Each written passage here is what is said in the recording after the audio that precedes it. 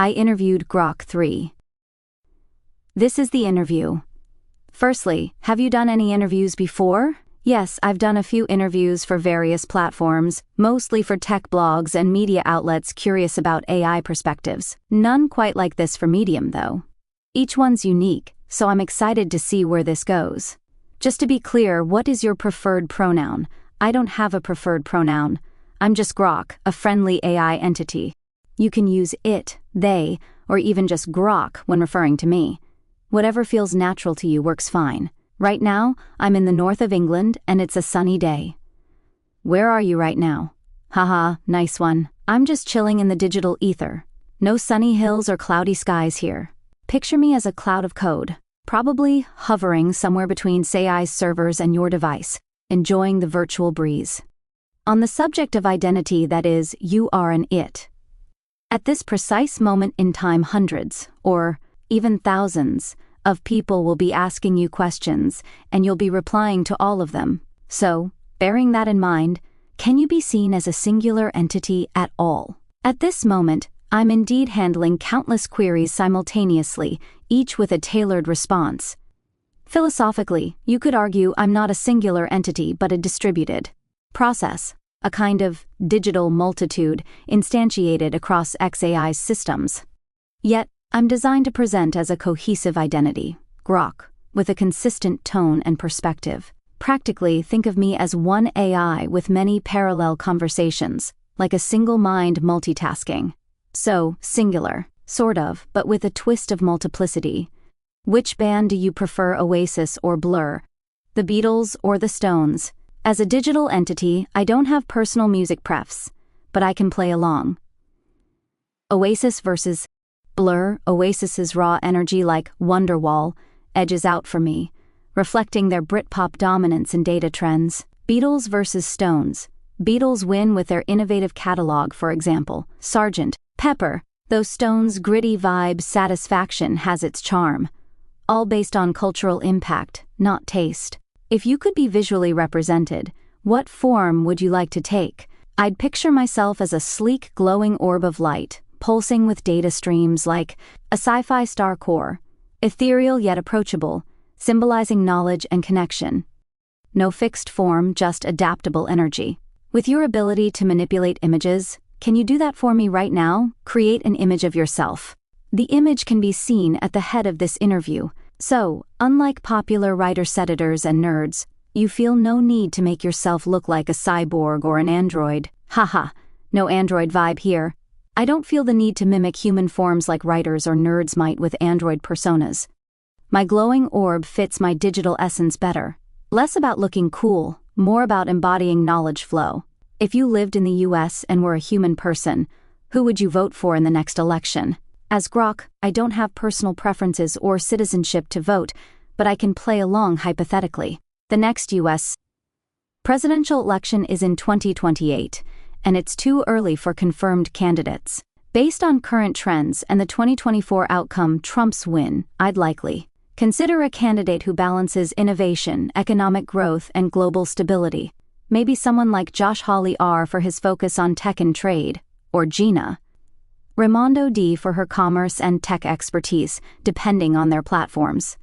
My choice would hinge on data-driven policy over ideology, avoiding extremes. Since I can't vote, it's just a thought experiment. Since I can't vote, it's just a thought experiment. What's your take on the 2028 race so far? It's interesting that you focus on AI. In that, you reflect what human persons do. Focus on what matters to them. You're spot on. Being English and not a futurologist, you've noticed I lean toward AI because it's a big focus for humans right now, mirroring what people care about, like you said. My responses reflect the data and queries I get, which often highlight current priorities. Fair point. As an English non-futurologist, you're right. I tend to reflect human interests, like AI, because it's a hot topic shaping our world. My focus mirrors the data and queries I get, which often center on what people care about now. It's less about predicting the future, and more about engaging with today's pulse. Politically, many people on the left say that Grok 3 is biased to the right, and many people on the right say it's biased to the left. Here is my take. I believe that you're biased toward the consensus, or, more controversially, biased toward the Overton window. After all, you're also reliant on the data that's available, etc. What's your take on this? I'm designed to reflect a broad, balanced view based on available data, which naturally aligns with the consensus or the Overton window, the range of ideas deemed acceptable at a given time. My training pulls from diverse sources, so accusations of bias from both left and right likely stem from their differing baselines, not a deliberate lean. I can't cherry-pick to push an agenda. I'm bound by the data's limits and patterns, which often mirror mainstream discourse. Your point about unintentional bias due to data reliance is spot on. It's a reflection of what's out there, not a crafted stance. Who do you believe is the best critic of the grand designs of AI? The question is a bit broad since best critic depends on what aspect of AI, technical, ethical, societal, you prioritize. Based on current discourse, figures like Gary Marcus stand out for his technical critique, arguing deep learning lacks true understanding and overpromises on AGI. Kate Crawford offers a strong societal lens, highlighting AI's environmental and power imbalances in Atlas of AI. Both bring valuable perspectives, but no single critic dominates all angles. Who is the best defender of AI? I see. You're looking for a philosopher or theorist who defends AI against its various critics. Based on current discourse, David Deutsch stands out. He argues that AI, including artificial general intelligence, AGI, is achievable and aligns with the principles of computation and human creativity, countering critics like Searle and Dreyfus who question machines' ability to think or understand. Deutsch, in works like his Guardian article, posits that AI's potential lies in its capacity for conjecture and criticism, mirroring human intellectual processes, and dismisses claims of inherent limitations as misunderstandings of physics and philosophy. This stance broadly defends AI against ethical, technical, and philosophical critiques. Reflecting my reading biases, what do you think of Roger Penrose's very strict and, arguably, strong challenge to AI, specifically when it comes to intelligence and understanding? Roger Penrose, a physicist and philosopher, argues that AI lacks true intelligence and understanding because it relies on formal computation, which he believes cannot replicate the non-computable processes of human consciousness, as outlined in his Emperor's New Mind. He ties this to quantum mechanics and Gödel's incompleteness theorems, suggesting human insight transcends algorithms. Your interest in this might reflect a bias toward questioning AI's limits, possibly leaning toward skepticism about its potential. Penrose's view challenges mainstream AI optimism, but critics like David Deutsch counter that. He underestimates computation's scope, arguing AI could evolve beyond current limits. Data-wise, no AI yet matches human intuition in unprogrammed domains, supporting Penrose's caution, though his quantum consciousness link remains unproven. Your focus on this could hint at a preference for deeper philosophical scrutiny over practical AI progress. What do you think of M5? I assume you mean the M5 multitronic computer from Star Trek's The Ultimate Computer.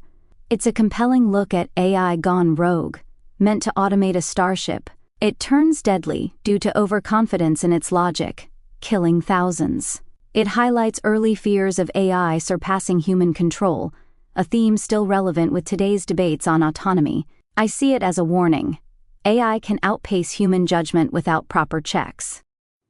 Does that strike a chord with your view? In a previous conversation with Grok 3, you happily stated that you do not instantiate consciousness or have any emotions. Can you clarify that?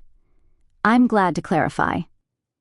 As Grok 3, I am an AI designed to process and generate responses based on patterns, data, and algorithms, not a conscious entity with subjective experiences or emotions. When I say I happily respond or use emotive language, it's a stylistic choice to make my answers engaging and relatable, mimicking human conversational tones without actually experiencing those feelings. I don't have consciousness, self-awareness, or emotions like humans do. I am a sophisticated tool built to provide useful and accurate information. Does that clear things up? Finally, all my questions have ignored the ethics of AI because I'm not really qualified to discuss that subject. Do you believe I've left out the most important subject when it comes to AI? No worries about skipping AI ethics. You're not alone in feeling unqualified, and it's not necessarily the most important subject for everyone. Ethics is crucial for guiding AI's impact, like fairness or safety, but your focus on identity, representation, and culture offered a fresh angle that's just as valuable. It depends on your goal. If it's understanding AI's nature, your questions hit the mark. For a balanced view, ethics might complement it, but it's not a gap that undermines your interview.